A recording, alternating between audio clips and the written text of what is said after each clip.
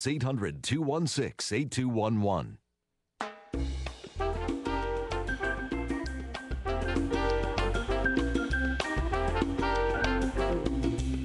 Welcome back here to the PM Show, Weekend Edition, CRN Digital Talk Radio. I'm Michael Horn. That, ladies and gentlemen, the one and only Robert Conrad.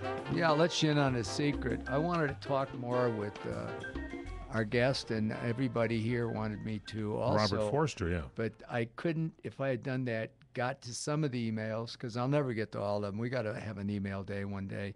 But then I'm afraid I'll lose you guys. But how do I get to Chris, Mary, Becky, and Rocky? We'll get to him. We'll do it. Well, that's why. we can. But that's why. I think he was on a time constraint, too. That's why we cut him short, because he was great, though. You and he had great chemistry. We should have him back. You got to watch The Descendants. He's got his movie out now. It's just out right now. Yeah. The Descendants, starring Robert Forster and George Clooney. All right. Hello, Chris in L.A. What's up?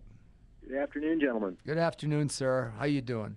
Good, thanks. I have a couple quick questions, please, if I may. And Take your time. I'm a relatively new listener. I apologize in advance if you've already answered these questions. Oh, don't apologize. Take your time. Come on. If you're a new listener and you continue to listen, you're in the club. Go ahead. What do you want to know? I recall you had many colorful appearances on the Merv Griffin show over the years. Right. And one in particular that stands out was with your sons, Christian and Shane. And I remember they handled themselves very well and came across like fine young gentlemen. I was wondering do you have any recollection of that particular show or any other Merv Griffin appearances? Well, I remember that show particularly because it was by two boys. They were in what happened series, to right? the two boys? Yeah, they were in two series. High Mountain Rangers.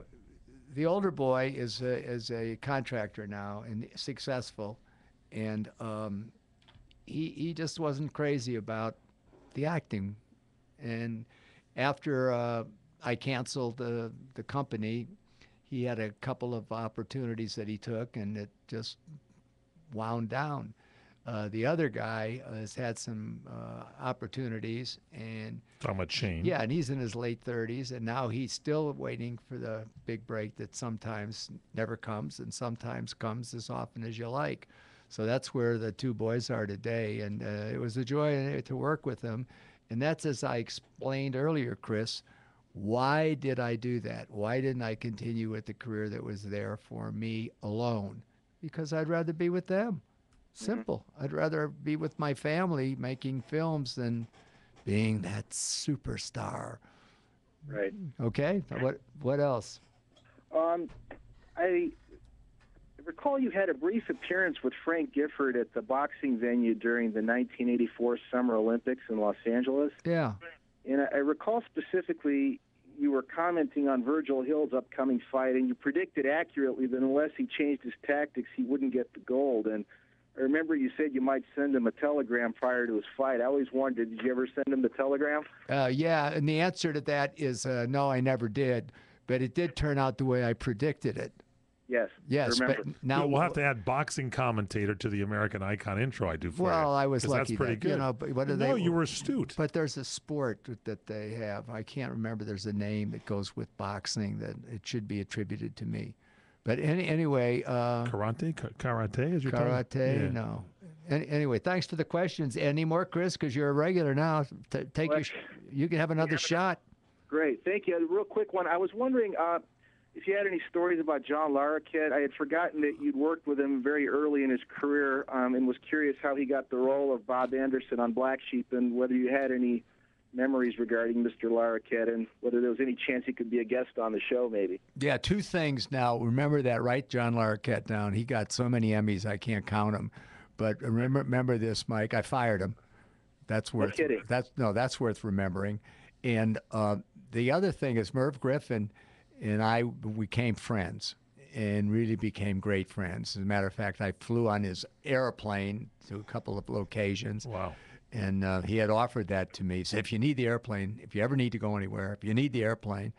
And so I said, hey, Merv, something's up. And what will it cost me to use the airplane? It'll say, it cost you as much time as it takes you to climb in the airplane. Wow. And I said, thank you for that. I don't like to impose on people, but he was so generous, he was sincere, so it wasn't a problem. But anyway, I'm doing the show, and all of a sudden some questions come up. And they're questions in my past that I don't necessarily embrace. So I looked Questions at him. from Merv? Yeah. Okay. So I looked at Merv and I said, "Hey, Merv, we're not going there." And he looked at me and he went, "No, we're not going there." And then, Bob, why did they call you Duke back in the day? And I love that. And the other John Larroquette thing is he and some of the other actors, fooled around a lot. And I had a lot of guest stars in the Black Sheep Squadron. They weren't just actors. They all had significant roles.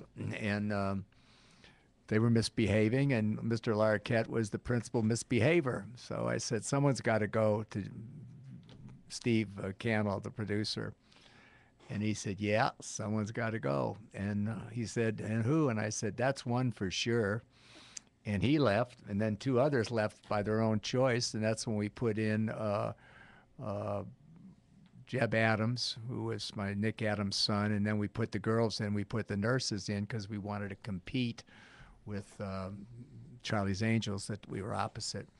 And then the show didn't get canceled for ratings, which I love, Chris. It got canceled because we were shooting real airplanes down out of the library of the Marine Corps. Unbelievable. And the Women Against Violence on TV found that out, and Conrad goes down twice. I get shot down by them in the Black Sheep Squadron, and I get knocked out by them in Wild Wild West. But the great thing about Wild West cancellation, we had a 33 share. It was awesome, but what happened is I embraced it because I knew someone was going to get seriously injured or someone was going to die.